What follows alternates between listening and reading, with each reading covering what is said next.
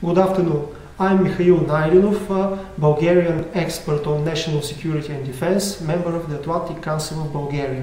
Today I will speak about the ways to make a state helpless in the face of Kremlin's hybrid war, or more exactly speaking from the Bulgarian standpoint, how to deny the existence of a hybrid war.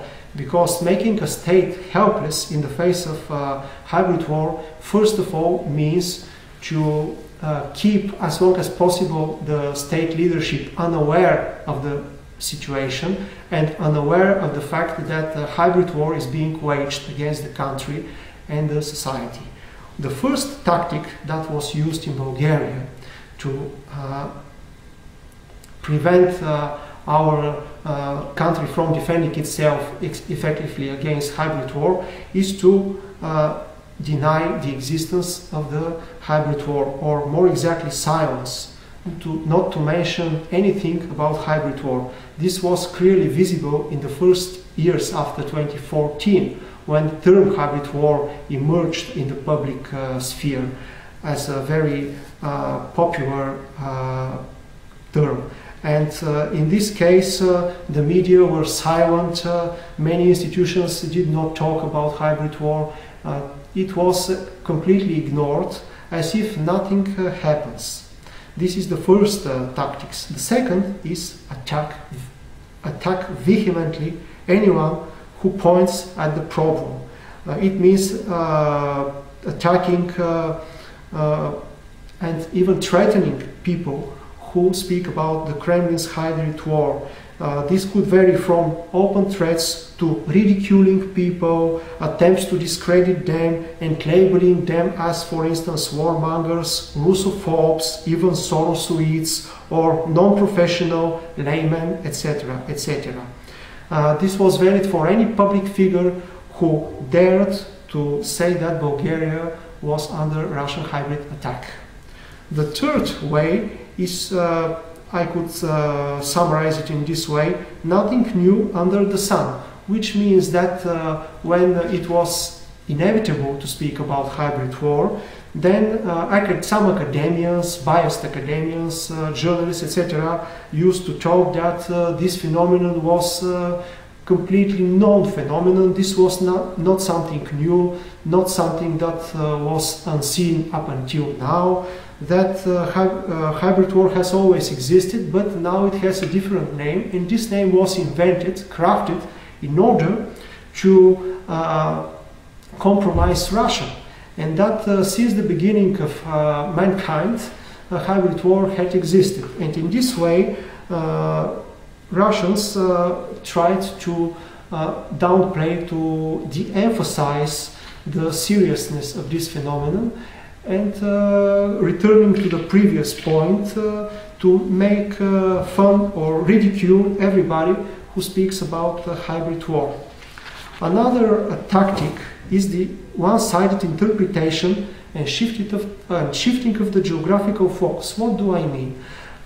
When hybrid war was already an inevitable point on the agenda and media talked a lot about it, then shifting the focus means that they should not talk about Russia, but instead talk about Syria, the Middle East, Islamic State, terrorism, that terrorism and some actors from the south use hybrid tactics, but not to mention Russia or the eastern dimension of the hybrid war.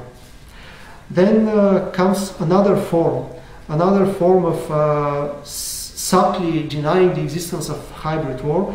This means, I call it a form without substance. The very use of the term hybrid war finally may be allowed, may be admitted, but without developing it and explaining its content. What do I mean? For instance, some state document started talking about hybrid war, but there was nothing in substance. For instance, you may mention hybrid war in a state document, but not explaining what does it mean.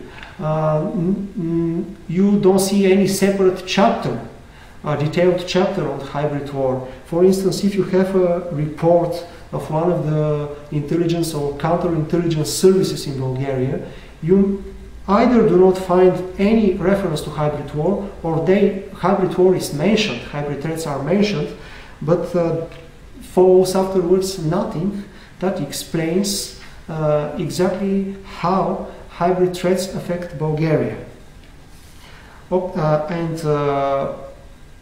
Further developing in China, you have another tactic, which is so-called do not name the source of the threat. For instance, do not mention Russia. You may finally admit that there are hybrid threats in Bulgaria, that our society is subject to attack, but never mention Moscow or anything Russian. This was clearly visible in Bulgarian state documents several years ago. And last but not least, finally, when it becomes completely inevitable to ignore this phenomenon, the final tactic is not to build capacity to counteract hybrid threats. For instance, you could have a strategy naming that in the national security strategy you have reference to hybrid war, you have some descriptions, etc., etc., but you do not have state capacity building measures which are strong enough to build the state capacity to tackle hybrid threats. Neither specific strategies to fight hybrid war are developed, no institutional capacity also is being developed. And finally, I may say that it depends not only on the state institutions, but also on the active civil society to raise this issue and to insist that the state takes measures to defend itself, and to not only to have the conceptual, the strategic basis, but also to build the state capacity institution by institution to deal with hybrid war. Thank you very much.